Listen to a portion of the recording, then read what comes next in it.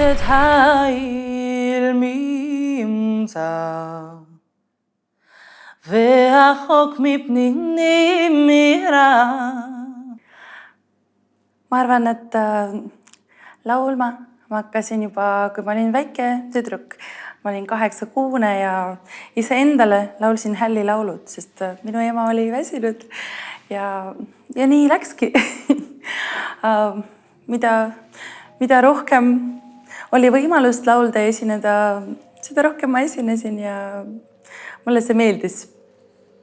Batach balev bala ושאלה לו הוא יסר.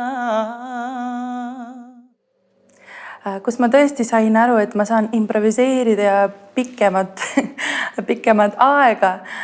See oli siis, kui ma käisin Pärnu Lühimaa öö festivali raamides laulmas näiteks Summertime'i, kes oli vaja 12 minutit improviseerida ja minu jaoks oli natukene šokeeriv, et mis ma hakkan laval tegema, aga sekundi pärast ma juba teadsin ja olin nagu kala vees, et pärast seda ma mõtlesin, et miks mitte džäss, miks mitte minna selle vooluga edasi ja areneda ja olla selle vabaduse sees. See mulle meeldis. אשת העיר ממצא והחוק מפניני מירה. No esiteks, mul on väga hea meel, et ma sain selle tiitli. See ei ole väga palju muutunud minu elu, aga see on kindlasti rikkustanud. Ma arvan ikkagi, iga muusik tahab tunnetada seda, et tema muusika meeldib, et on respekt tema isiksuse vastu ja see oli minu jaoks nagu väga tähtis tunnetada seda.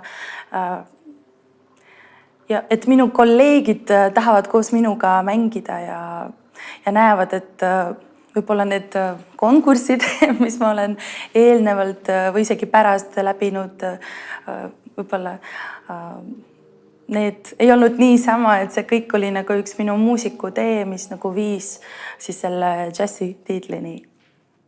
Batach balev bala ושאלה לו הוא יסר la la. Tänasel kontserdil ma tahaks esitada Thelonious Monk loo Evidence, Just You, Just Me ja juudi rahvalaulu. La la la la